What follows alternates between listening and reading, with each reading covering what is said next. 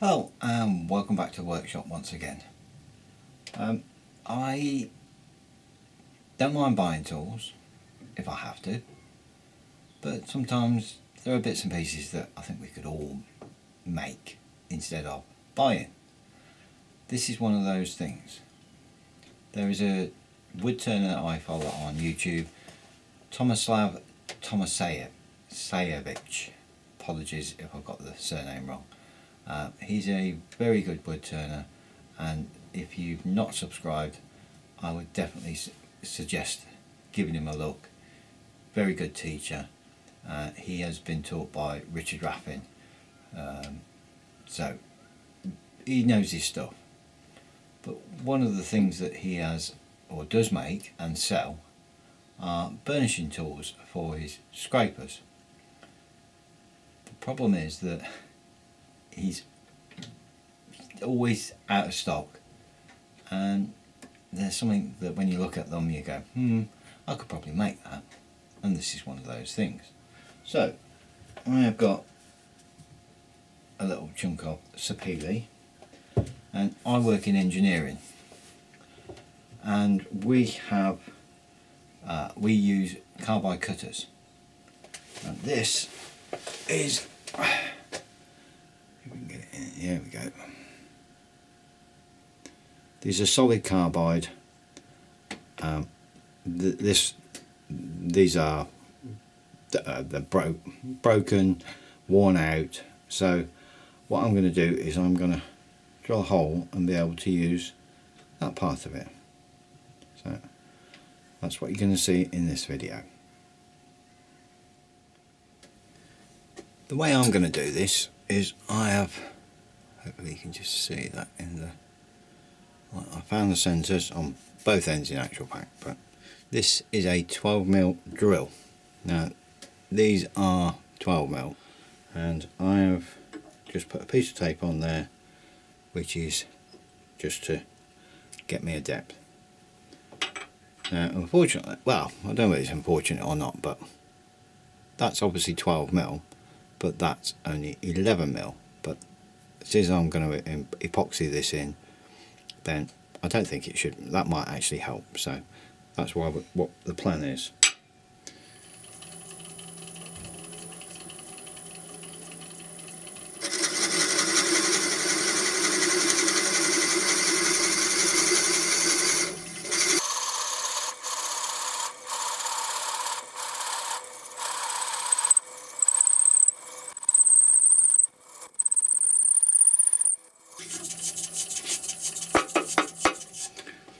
Now I've run that really slow, and I ran that at a speed of about 330. The other way you could also do it is by putting, let's move that up a minute. The other way that you could have also done it is by putting your live center in here, put that onto there, and drive it in, and just wind your tailstock in, just to keep it a bit more central, but I think it should be okay. Let's see what, I have no idea either. Oh, that's quite a good fit. At least then everything I turn is, or should be, true to that diameter. Don't suppose it really matters too much within reason, but okay, we're all set to go. I've got my respirator on, so I'll probably not be talking too much, but that might be a blessing. But let's get this rough down to round anyway.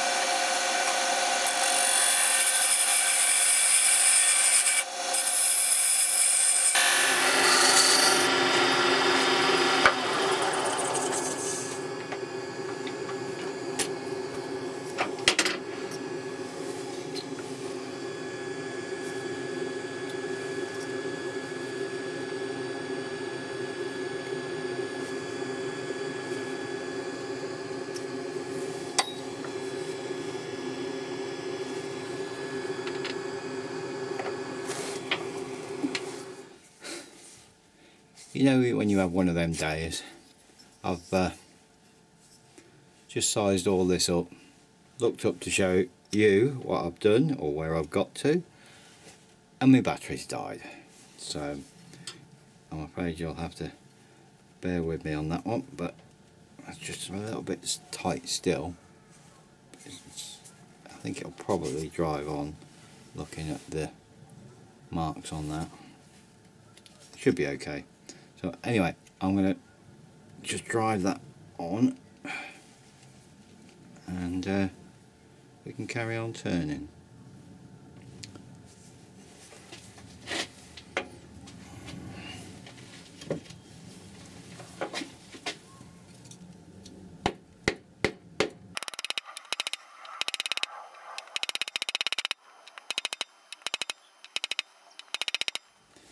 Anyway, we are now down, so we can carry on turning.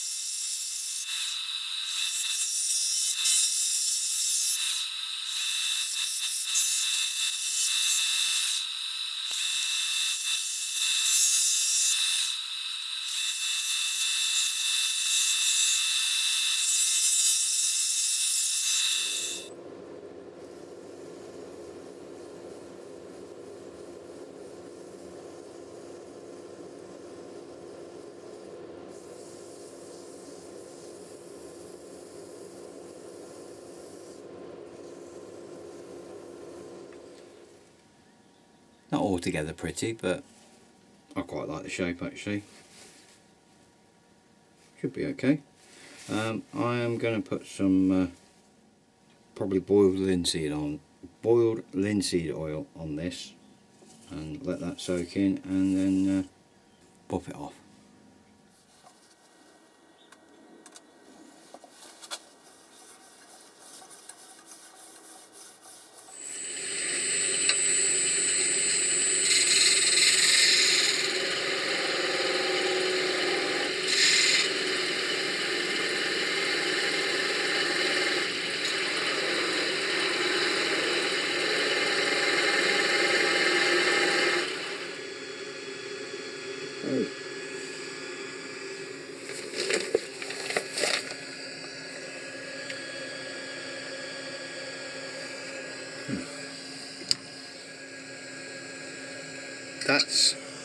That's actually come loose. I couldn't understand when I was polishing it.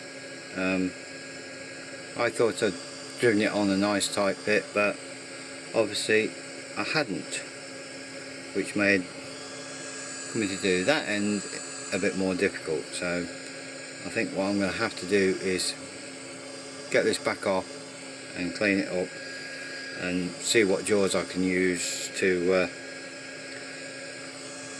get me back to where I should be. I managed to get the ferrule off eventually, and I've just glued it back in, and I'm just going to tidy up this back edge as best as I can, hopefully, and maybe go from there.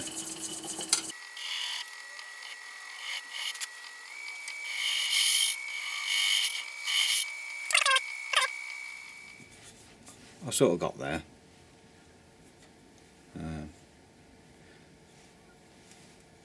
Yeah, so let's try and glue this or epoxy it in.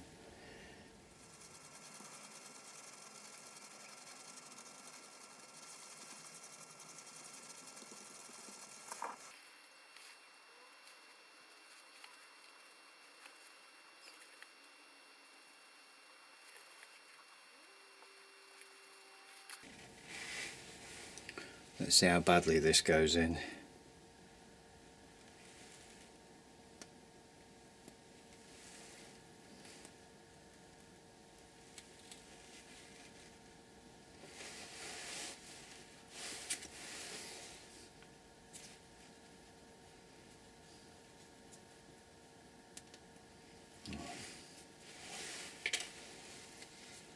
actually looking at that, there we go. That's formed a perfect little dome. I think I'm gonna take that as a win-win. So let that harden for 5 or 10 minutes and we'll wrap things up, I think. Right, hopefully that has been a relatively quick little video. So there we go, one solid carbide burnishing tool. Because these are solid carbide, which means that they can be brittle. They're hard, super hard but brittle at the same time. I know that's crazy, but there you go. I've also just made a little tiny cover, just fits over, so that hopefully I can't drop it. Probably will, but you never know. So yeah. Anyway, I hope you've enjoyed this, stuck with me on this one. Hopefully it's not also too long, and I'll see you on the next one. So take care. Hi, Future Jeff here. I realised after I'd done the video for this burnisher tool that there's a few details or bits of information that I really ought to have included. I did look on eBay but I found some M42 rod. I think it was about 4 inches long, but the biggest diameter I could find was 10mm, which would do fine, but they are about £12–13, so they're not that expensive even then. That's where you could get something very similar to what I've got. I'm just lucky enough that I can use these scrap cutters. Also, Tomislav did do videos on using the burnisher, so I'm not going to try teaching or explaining, because he'll do it far better than I can, because he is a very good teacher. So I will try and leave a few links to his videos that touch on the subject of the burnisher. So hopefully that has been a bit of use to you, and maybe you've enjoyed the video. But thanks for watching. Take care. Jeff.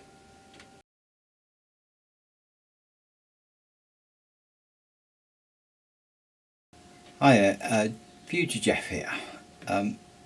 After sorting out the video, I realised there was a few bits of information or details that I'd cut.